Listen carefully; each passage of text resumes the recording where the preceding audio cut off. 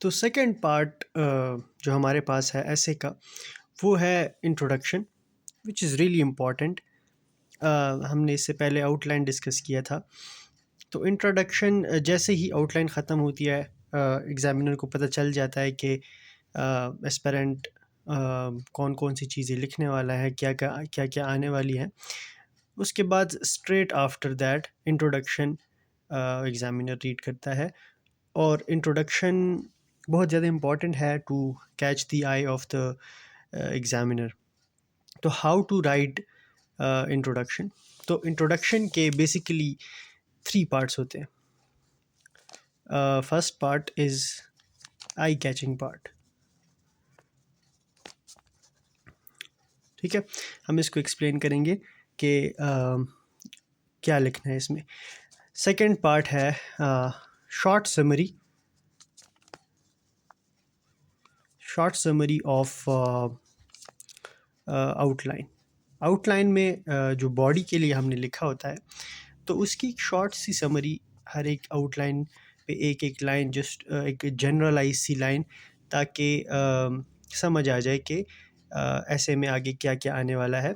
Not everything facts and figure, बाकी सब कुछ बॉडी में आएगा, just to give a little taste कि ये आगे आने वाला है। थर्ड पार्ट हमारे पास है थीसिस स्टेटमेंट, बहुत इम्पॉर्टेंट है। ओके, ये 3 पार्ट्स हमारे पास होते हैं एक इंट्रोडक्शन में। इंट्रोडक्शन सिर्फ एक ही पैराग्राफ पे हम लिखते हैं।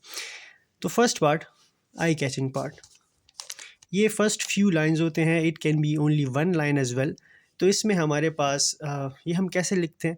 तो 3 तरीके हैं इसको लिखने के। वो सब कुछ डिपेंड करता है कि कौन से टॉपिक पे हमारा ऐसे है। तो फर्स्ट पार्ट जो है वो है फैक्ट्स और फिगर्स। हम उसमें फैक्ट्स और फिगर लिखते ऐसे के बारे में। अगर एजुकेशन के रिलेटेड है तो हम उसकी परसेंटेज बता देंगे, लिटरेसी रेट की। हम पॉपुलेशन अगर है या जेंडर के बारे में है, तो हम पाकिस्तान के बारे में बताएंगे कि 49% गर्ल्स की है। और उसको उनको यूज़ करना, क्योंकि हम यूज़ नहीं करते, यूज़ करते हैं लेकिन कम यूज़ होता है उनके पास जॉब्स वगैरह, क्योंकि जेंडर बेस्ड पे जो अगर ये ऐसे आती हैं तो उसमें काफ़ी ज़्यादा इंपॉर्टेंट होता है ये परसेंटेजेस वगैरह याद रखना। तो फैक्ट्स और फिगर्स एक आई कैचिंग पार्ट है। कोई ऐसी परसेंटेज या कोई ऐसा फिगर जो कि एग्जामिनर उसमें इंटरेस्ट ले ले। सेकंड पार्ट जो आई कैचिंग में है, वो है हम कोट्स लिख सकते हैं। Normally quotes, I do not recommend it, but many people do write it, or many good writers write it in the introduction part of it, and it's good. तो कोई भी अच्छे से कोट्स याद कर लो। और कोट्स जो है वो फिर first line of introduction, I catching part, उसमें हम लिख सकते हैं। कोई भी इंटरेस्टिंग सा कोट हो तो वो हम लिख सकते हैं। But also mention the writer whose quote it is। तो राइटर को मेंशन करना है, writer, philosopher, whoever it is। तो कोट्स जिसने बोली है, जिसका कोट है, उसको मेंशन ज़रूर करना है। Third, anecdote। So anecdote is like a scenery which you define with your words, a short kind of a scenery. So I prefer basically that, because anecdote are very interesting, and it makes someone interested in your essay. It's like it was a dark night, and rain was falling from the sky, so something like this, in which जिसमें आप लोग अपने word से एक scenery बनाते हो, एक mind बना देते हो, क्या कि जो उसको रीड कर रहा हो वो भी उस इवेंट में आ जाए। तो एनेक्डोट हमारे पास थर्ड तरीका है। तो ये 3 तरीके हैं जिसमें हम फर्स्ट पार्ट ऑफ इंट्रोडक्शन हम लिख सकते हैं। Facts and figures, quotes and anecdote. Okay, second part of introduction पे हम आते हैं, short summary of outline. This is a very easy part basically. Outline आपने बनाया होता है, जैसे कि हमने बनाया था last part of this essay video. तो उसकी एक शॉर्ट सी समरी, जस्ट आउटलाइन को देखें।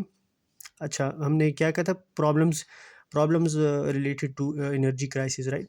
तो उस पे एक 2 लाइंस, फिर उसके बाद इम्पैक्ट सी, उस पे 2 लाइंस, सॉल्यूशंस, उस पे 2 लाइंस, ठीक है।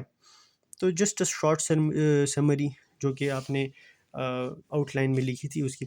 लास्ट है thesis statement, which is the most important part. Thesis statement is just it has to be a really perfect one line. एक लाइन होती है लेकिन उसमें सब कुछ आ जाता है. It's about your stance, कि आपका स्टांस क्या है, ऐसे में आप किस जगह पे लेके जा, what are you trying to prove, just basically. क्योंकि ऐसे होता है, आपका कोई ना कोई स्टांस ज़रूर होता है. तो what are you trying to prove. तो थीसिस स्टेटमेंट में आप वो लिखते हो कि you have to be really clear about it. Just remember that thesis statement बहुत इम्पॉर्टेंट होता है, और उसको आप एक लाइन में टू, कि आपको कि एग्जामिनर को आपका स्टांस समझ आ जाए.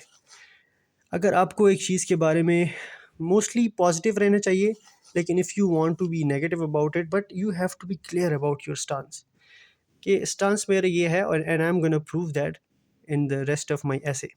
ठीक है. तो this is about thesis statement. I will give you many examples. I will actually prepare a separate video of how to write anecdote, which I think it is a new thing. Many aspirants do not know about this, and I will make a separate video on thesis statement as well, so that you guys get it how to write the thesis statement. But basically short और easy way में यही है कि आप अपने stance बयान करना है, और आप क्या प्रूव करना चाहते हो. अगर एक हमारे पास स्टेटमेंट है, ऐसे की एक स्टेटमेंट, बेसिकली सीएसएस में जनरली ऐसे तो ऐसे नहीं आता कि एक टॉपिक दिया है उस पर ऐसे लिख दो. There is always a statement. तो वो स्टेटमेंट, आप उस स्टेटमेंट का आंसर येस है, तो आपका स्टांस में शो होना चाहिए कि yes, I am gonna prove this statement is correct. अगर नो है, then you have to write that. उसका हर एस्पेक्ट जो कि ऐसे का टॉपिक है, वो इस सांस में शो होना चाहिए कि ये सब कुछ मैंने कवर करके अपना ये स्टांस बनाया है, and I am gonna prove that in the remaining part of my essay, that is the body. So this was it. Sorry, 3 parts. I catching part, उसमें facts, figures, quotes and anecdote आता है, and then short summary of outline and thesis statement. So ये तीनों चीज़ें अगर आप mind में रख के इंट्रोडक्शन लिखें, तो it will be a healthy paragraph. Thank you, and we will be explaining about the body of the essay in our next video.